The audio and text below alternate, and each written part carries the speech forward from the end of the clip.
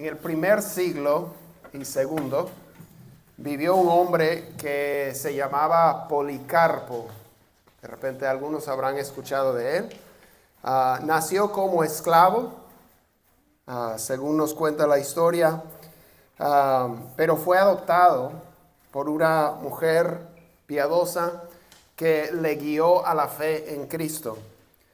Y cuando llegó a la adultez, siguió a Cristo toda su vida, pero su fidelidad a Cristo le metió en problemas más adelante cuando él rehusaba adorar a César como Señor.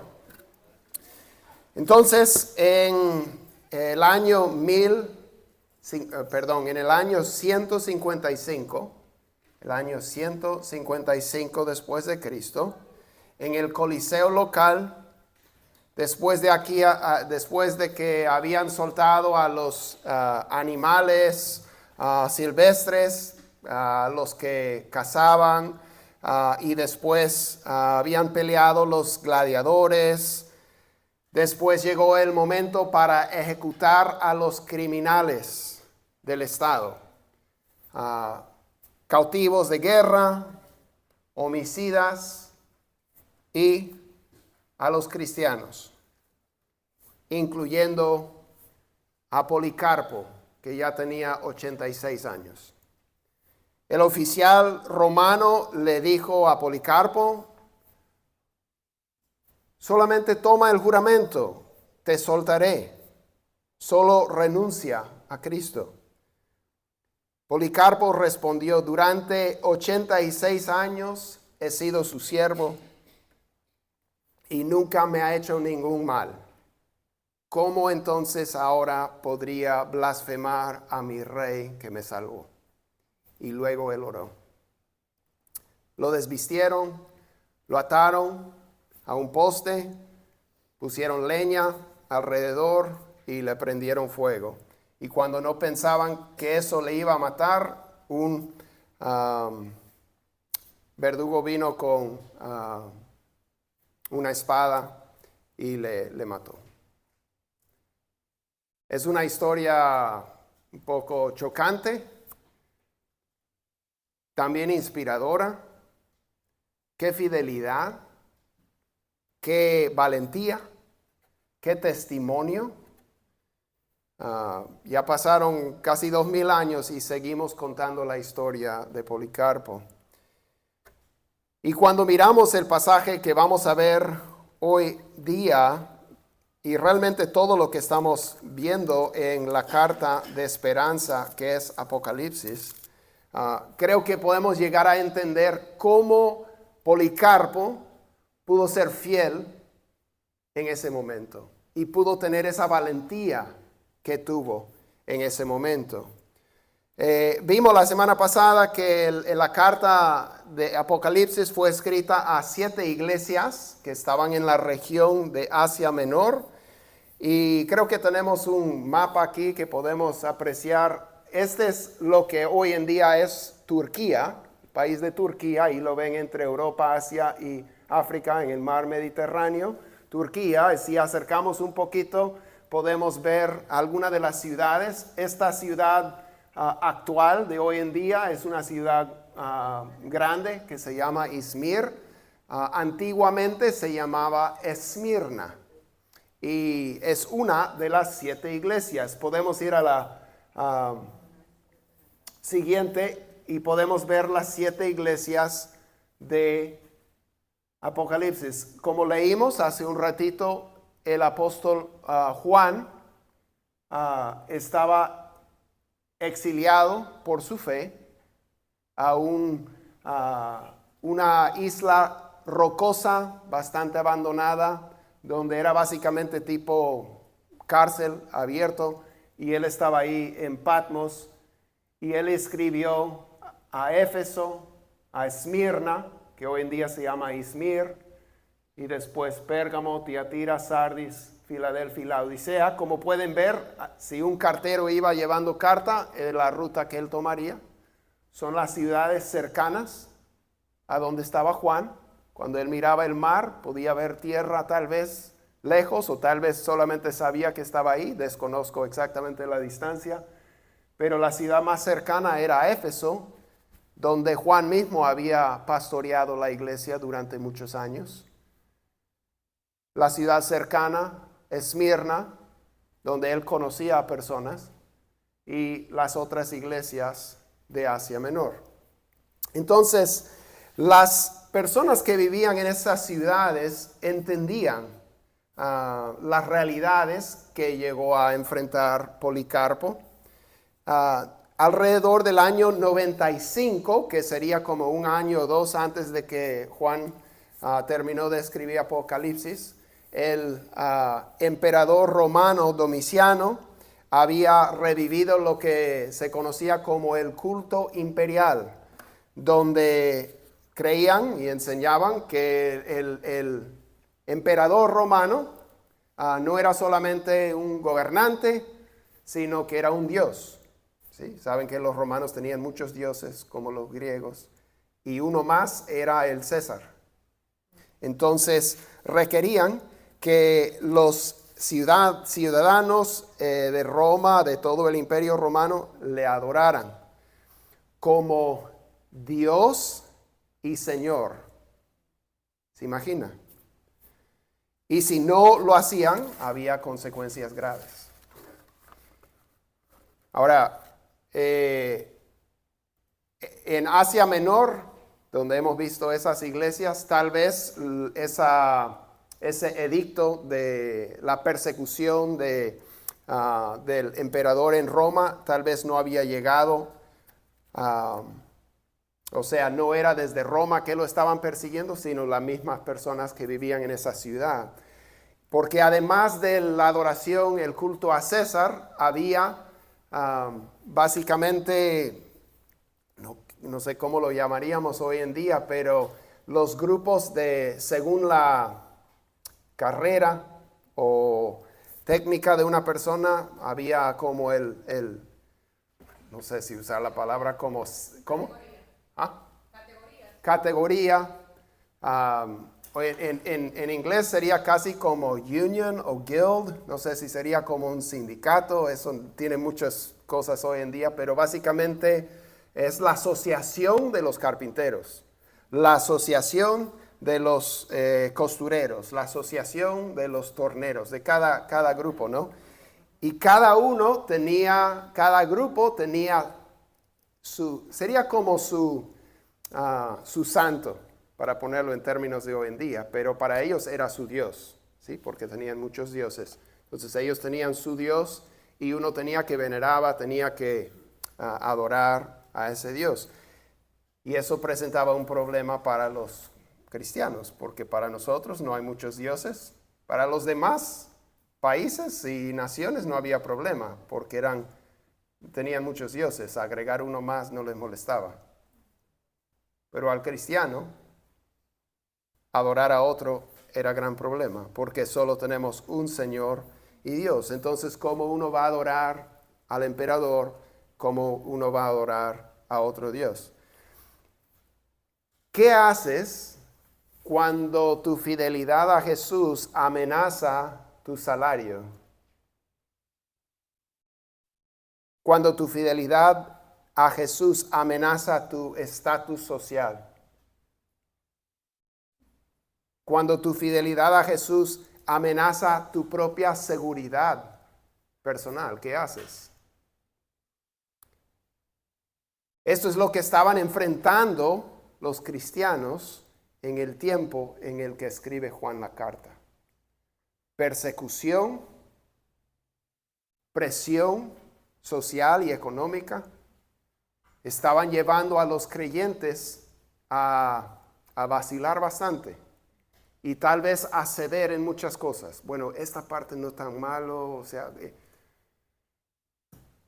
Entonces Juan ve esta situación y él escribe a los creyentes que están en Asia Menor, algunos de los cuales él pastoreaba y amigos pastoreaban en otras iglesias, y él les quiere traer una palabra que Cristo le ha revelado para la iglesia que estaba enfrentando esa situación. Y vamos a ver, como dijo Juan,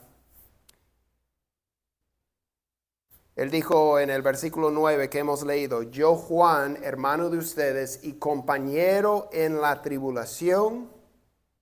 Él está exiliado en Patmos, en el reino y en la perseverancia en Jesús. Me encontraba en la isla llamada Patmos. Y aquí nos da tres cosas muy importantes.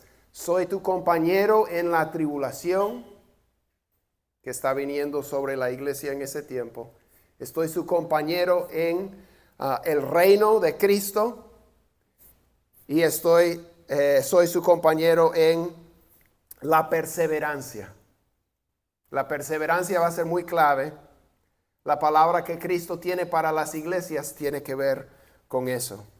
¿Cómo podemos desarrollar una perseverancia como ciudadanos del reino cuando estamos enfrentando tribulaciones? Realmente de eso se trata el libro completo de Apocalipsis y de eso se trata las 7 iglesias. ¿Cómo podemos perseverar como ciudadanos del reino celestial cuando estamos enfrentando tribulaciones en los reinos terrenales? Por ser ciudadanos del reino celestial. De eso se trata el libro de Apocalipsis y de eso se tratan las 7 cartas. Jesús a través de Juan, y Juan como pastor y apóstol, él quiere ayudar a las iglesias a entender qué es lo que está ocurriendo. Porque al parecer Dios no está en control, se le ha ido la cosa de la mano. Y Juan quiere ayudarles a ver cómo realmente son las cosas. Les quiere dar lentes celestiales para poder interpretar las cosas que están viendo y viviendo. Y les quiere ayudar a perseverar y ser fieles a Jesús, así como lo llegaría a ser Policarpo y muchos otros.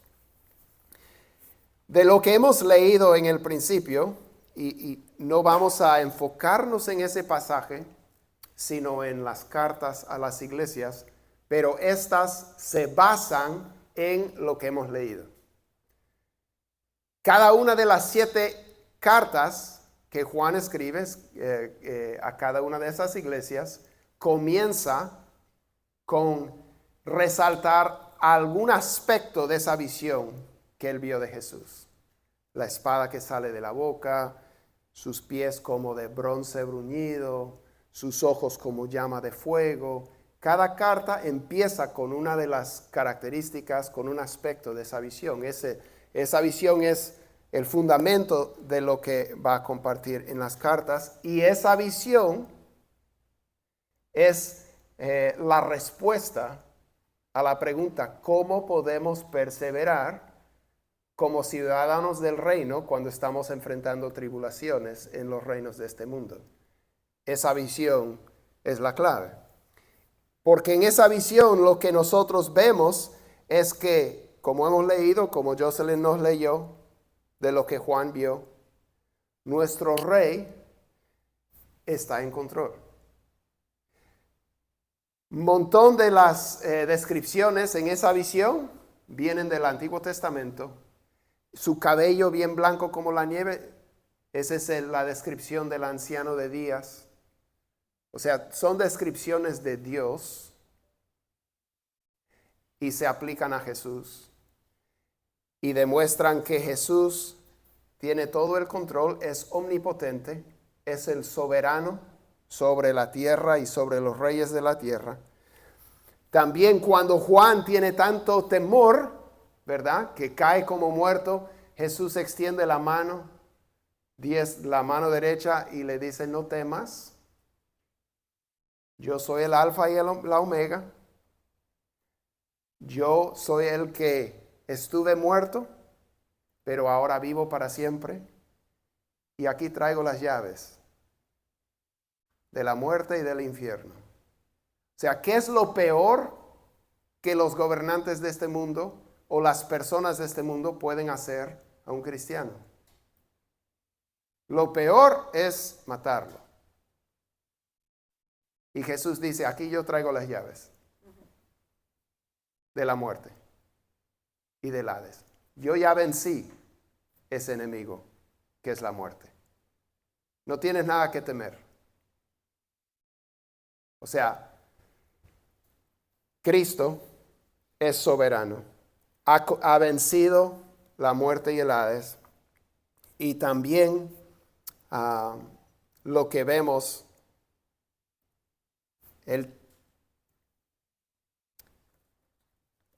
los que están persiguiendo a los cristianos, en ese tiempo, en ese caso Roma y los otros, ellos piensan que van ganando, ¿verdad?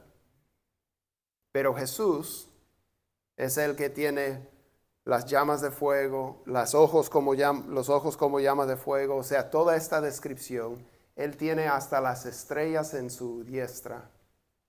Él tiene todo el control. Él tiene una espada. Si volvemos hemos dicho que Apocalipsis se basa en el Antiguo Testamento. Él regirá las naciones y las castigará con la vara de su boca. Jesús va a juzgar. Entonces, los que están haciendo daño a su pueblo y piensan que van ganando, Jesús tendrá la última palabra. Y lo que vamos a ver a través de Apocalipsis realmente es que el trabajo de la iglesia es ser fiel a Jesús ante sus perseguidores, para que sus perseguidores puedan llegar a conocer a Jesús.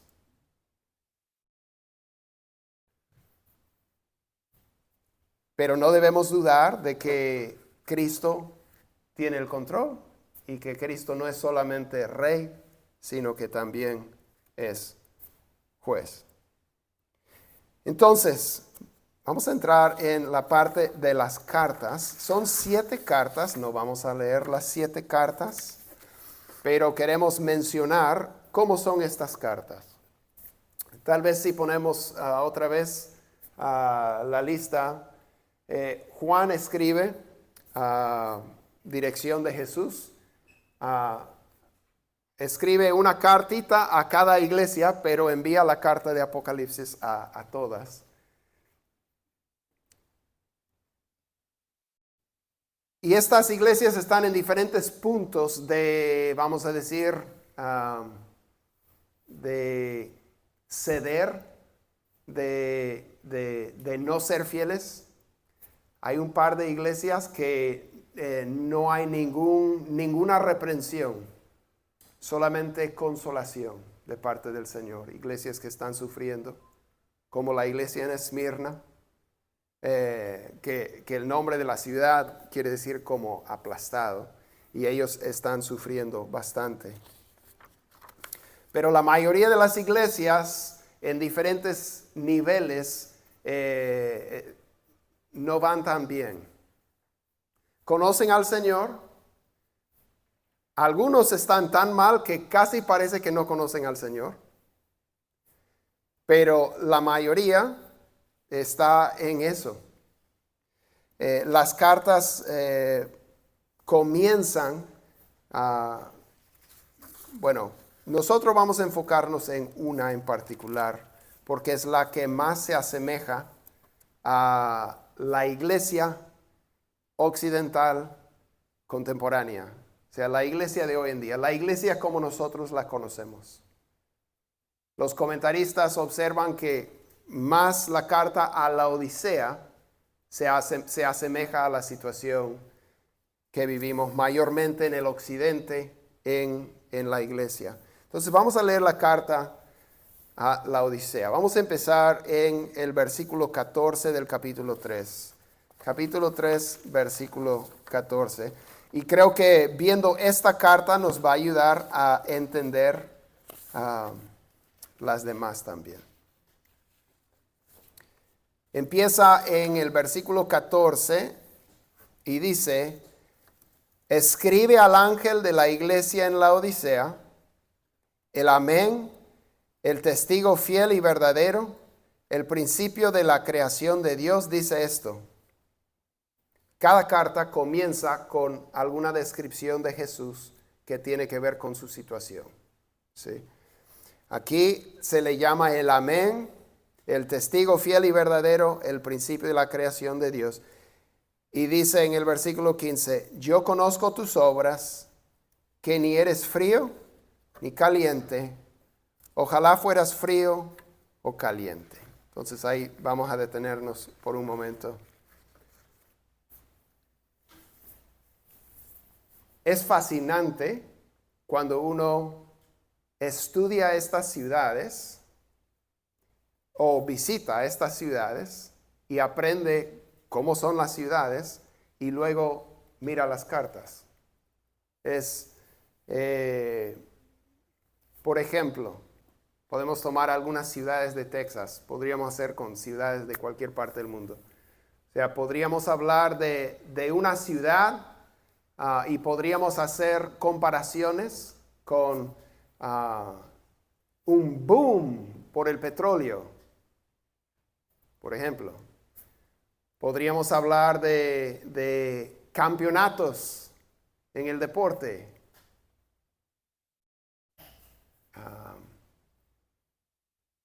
Pero son tramposos. O sea, ¿empieza a sentir eso?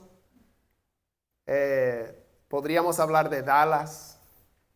Podríamos hablar de tanto bonito podríamos decir, la construcción de la ciudad, la jardinería, todo perfecto, el vestimento tan elegante, ¿verdad? Pero luego hay aspectos también negativos, ¿verdad?, de la ciudad. Y eso es lo que está haciendo. Podríamos hablar de una ciudad que es rara y que es muy orgullosa por ser una ciudad rara. Y siempre hay que keep Austin weird, ¿verdad? Y muchas otras cosas. Entonces, Juan, o Jesús a través de Juan, está resaltando rasgos que todos conocen muy bien de la ciudad. A veces son los puntos de orgullo de la ciudad. A veces son los puntos que otras ciudades critican. A veces otras ciudades se burlan.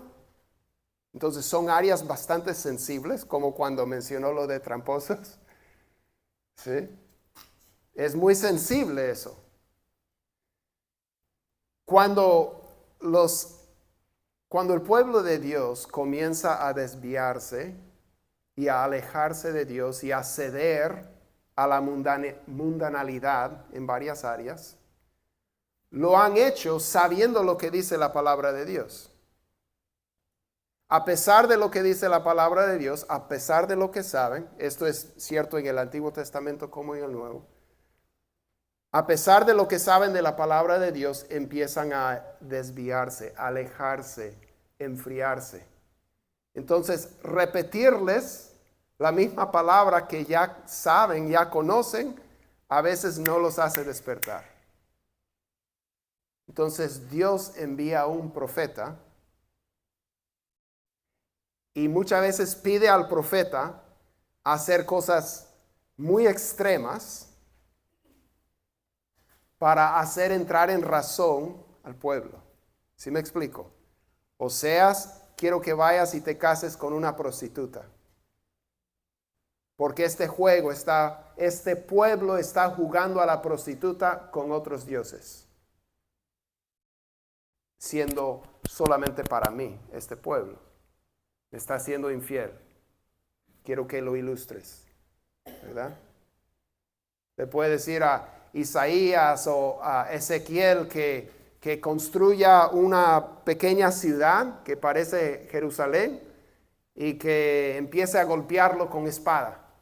O sea, la gente piensa, este hombre está loco. Es algo que llama la atención, ¿verdad? Jesús lo hacía bastante con parábolas. Son maneras de hacernos ver y percibir las cosas. Y es lo que Jesús hace en estas cartas. Porque la iglesia se está comprometiendo, la iglesia está cediendo ante la persecución y la presión. Entonces las cartas empiezan con una descripción de Cristo y luego felicita a la iglesia por algo que están haciendo bien, y luego hay alguna reprensión de lo que están haciendo mal. En el caso de la Odisea realmente no hay nada de felicitación porque van mal. Si queremos entender un poquito sobre la Odisea, así como hemos hablado de Houston, hemos hablado de Dallas, hemos hablado de Austin, podríamos hablar de lo que quieras. ¿Cómo son los argentinos? ¿Cómo son los españoles? ¿Cómo son los mexicanos? ¿Verdad? Cuando menciono nuestro país, ya como que nos despertamos. ¿Cómo son los venezolanos? ¿Verdad? O sea, empezamos a prestar atención. Entonces, así es lo que está pasando aquí. La ciudad de la Odisea era una ciudad bastante adinerada. Era una ciudad bastante adinerada. Por ejemplo, una vez hubo un gran terremoto en la ciudad, destruyó mucho de la ciudad en la Odisea. Y cuando el imperio, en estas situaciones, pues el imperio ofrecía ayuda. Y la Odisea le escribe a Roma y dice, no gracias, nosotros podemos resolver, no necesitamos ayuda, ¿verdad? Su propio como orgullo, como ciudad, ellos mismos arreglan su propia ciudad. Normalmente las puertas de las ciudades, cuando era tiempo de seguridad, tiempo de paz, todo tranquilo, las puertas de la ciudad pasaban abiertas de noche, porque eso indicaba, ¿verdad? Que, o sea, es un lugar seguro, no hay que cerrar las puertas. Pero la ciudad de la Odisea, por tener muchas cosas, mucha riqueza, ellos sí cerraban sus puertas de la ciudad.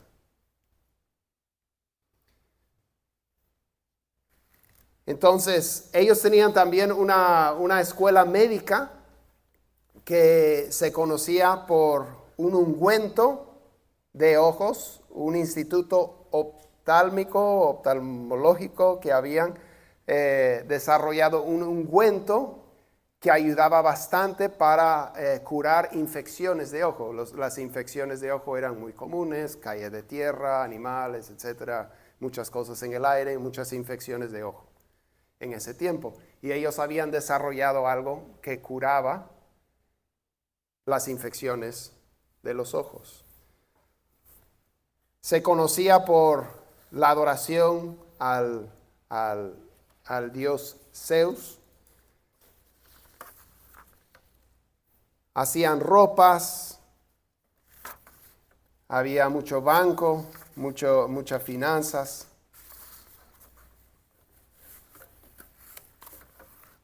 El único problema con la Odisea es que ellos no tenían fuente de agua propia.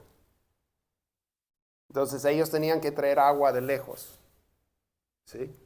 Las otras ciudades cercanas, Colosas, Hierápolis, una tenía aguas calientes, que eran medicinales.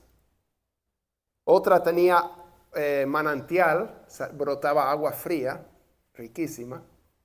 Pero la Odisea no tenía fuente de agua. Habían construido como canales para traer agua de otro lugar.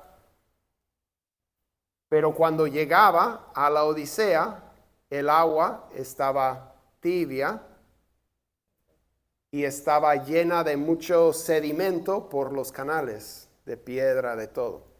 Era asquerosa en su sabor y la temperatura peor. Entonces todos hablaban de cómo esa agua era como para vomitarla. Era terrible. Ahora, hemos dicho que hay una brecha histórica entre nosotros y el tiempo de Apocalipsis, entonces a veces hay que cerrar esa brecha. Por eso estamos compartiendo algunas de esas cosas. Dice, vamos a volver a leer los versículos que leímos. Dice Apocalipsis 3, 14 y 15. Escribe al ángel de la iglesia en la Odisea, el amén, el testigo fiel y verdadero, el principio de la creación de Dios. Dice esto: yo conozco tus obras. Ahora él está hablando de su vivir, de cómo ellos se conducen. Yo conozco tus obras, que no eres ni frío ni caliente. Ojalá fuera frío o caliente. Versículo 16. Así, puesto que eres tibio y no frío ni caliente, te vomitaré de mi boca. Entonces, el contexto histórico nos ayuda a apreciar lo que Jesús está diciendo a la iglesia. Es algo que les llega porque todos se burlan del agua de ellos, porque no tienen fuente de agua. Y ellos tienen que tomar esa agua, hay que tomar agua para vivir, pero es muy mala el agua. Y Jesús dice: yo conozco tus obras. Las obras de ustedes son como esa agua, asquerosa. No la aguanto. Si yo tomo las obras de ustedes, las vomito. No son ni frías, agradables, ricas. No son calientes, medicinales y buenas. No sirven para nada las obras de ustedes. Y lo dice de una manera que, como que duele, doblemente duele. Y llama la atención. Después en los versículos 17 y 18 dice: porque dices, soy rico, me he enriquecido y de nada tengo necesidad. No sabes que eres un miserable y digno de lástima y pobre, ciego y desnudo. Versículo 18, te aconsejo que de mí compres oro refinado por fuego para que te hagas rico, y vestiduras blancas para que te vistas y no se manifieste la vergüenza de tu desnudez, y colirio para ungir tus ojos y que puedas ver. Entonces nuevamente él está resaltando, ellos producían textiles, ellos tenían mucho dinero, y ellos hacían estos ungüentos de ojos. Pero él les está diciendo, todo lo que ustedes piensan tener, están engañados.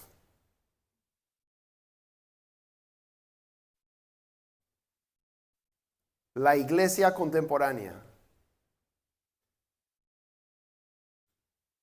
no estoy en contra de la iglesia contemporánea, estoy hablando de la iglesia de hoy en día, en el occidente, estamos incluidos en eso. Tenemos mucho. Tenemos tecnología, tenemos grande música, tenemos ambientes cómodos, bonitos. Pero ¿qué diría Jesús de nuestras iglesias? ¿Verdad? Al ojo humano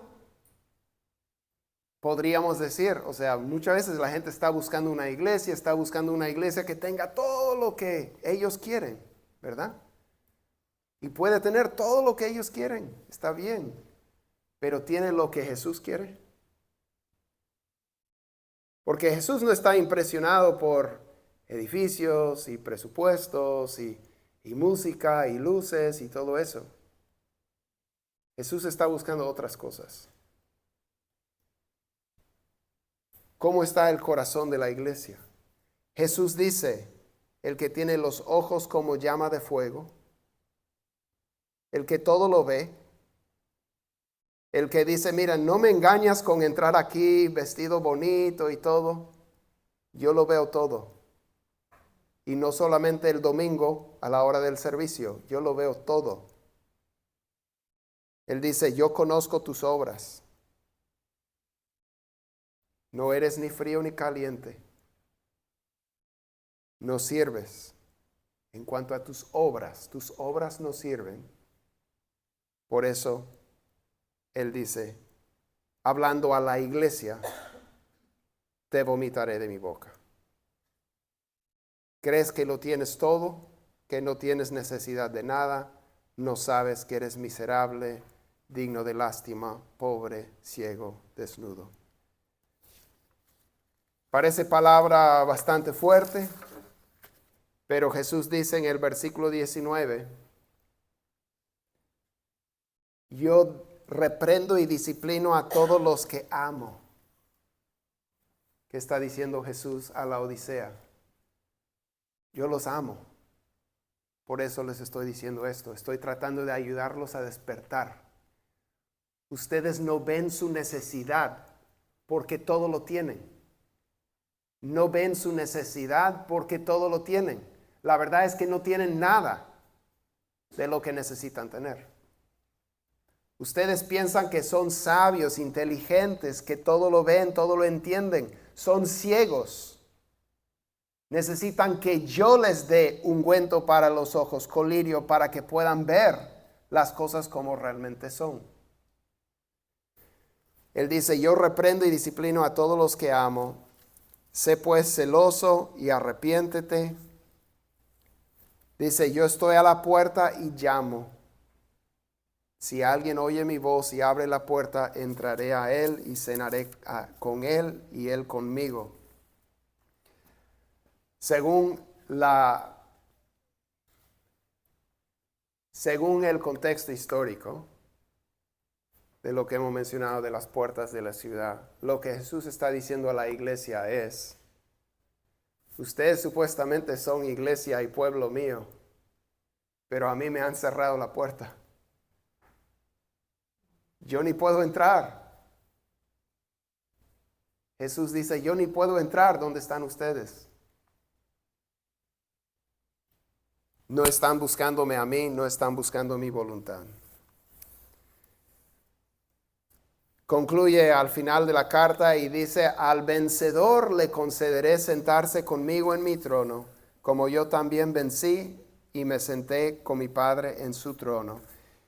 Y concluye en el 22, con el que tiene oído, oiga lo que el Espíritu dice a las iglesias.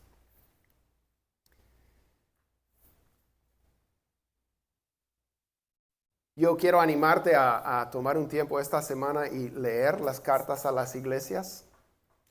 Creo que va a haber varias promesas que necesitas escuchar. Y tal vez algunas reprensiones que también, como yo, necesitamos escuchar.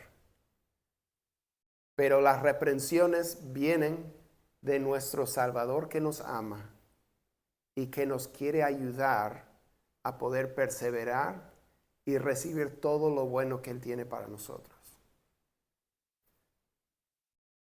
Entonces, no sé cuál es la palabra que tú necesites del Señor en esta semana.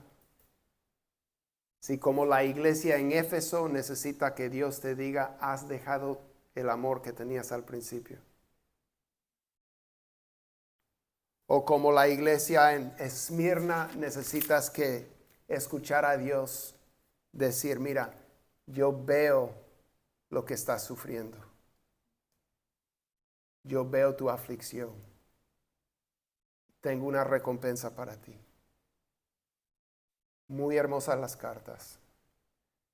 Creo que hoy en día como iglesia de Jesucristo en el occidente necesitamos prestar atención a lo que dice a todas las iglesias y a lo que dice a la iglesia en la Odisea.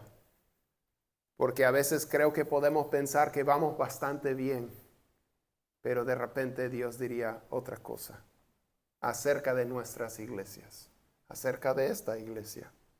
¿Qué es lo que el Señor dice?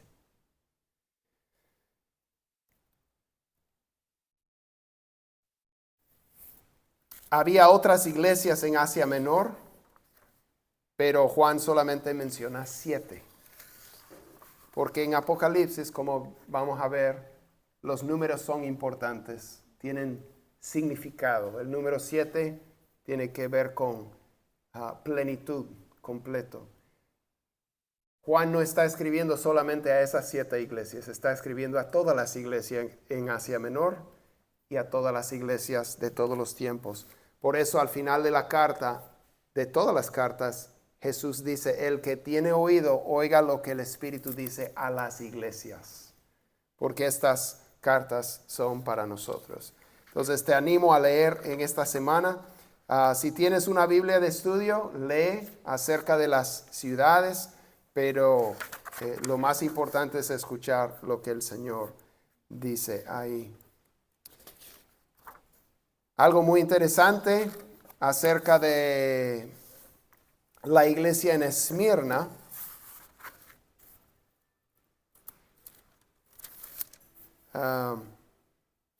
Como mencioné, solo 2 de las cartas no reciben ninguna reprensión: Filadelfia y Esmirna. Esmirna, ustedes ya saben de uno de los pastores de Esmirna, esa iglesia, esa ciudad que se llama Izmir, en Turquía, antiguamente Esmirna. El pastor fue uno de los discípulos de Juan mismo, ¿verdad? Ciudad vecina, Éfeso, Esmirna. Él tenía 26 años cuando Juan escribió la carta a Esmirna, la carta de Apocalipsis.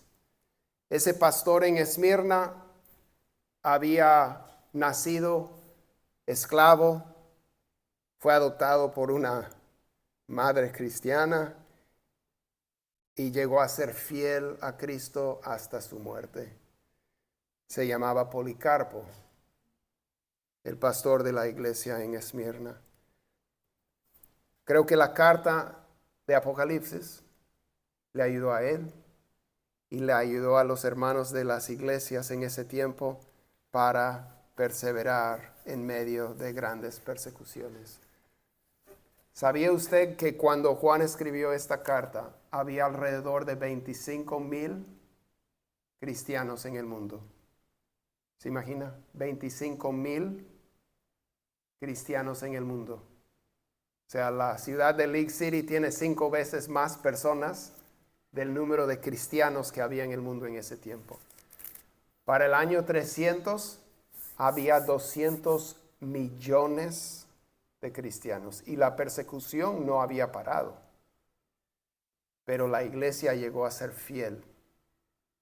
Y espero que a través del estudio de Apocalipsis podamos aprender y entender cómo nosotros también podemos ser fieles al Señor. Vamos a orar y vamos a pedir que Dios nos ayude. Señor, gracias te damos por este día. Pedimos, Señor, que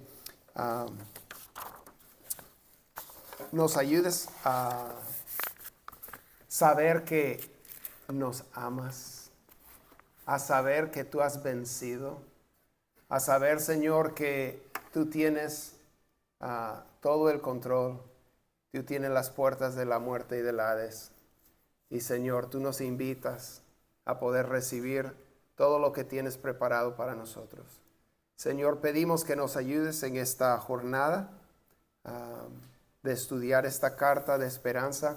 Gracias por la fidelidad de Juan, de Policarpo, de muchos otros que fueron fieles y que perseveraron para que otros pudieran llegar a conocerte, incluyéndonos a nosotros. Somos frutos, Señor, de su fidelidad.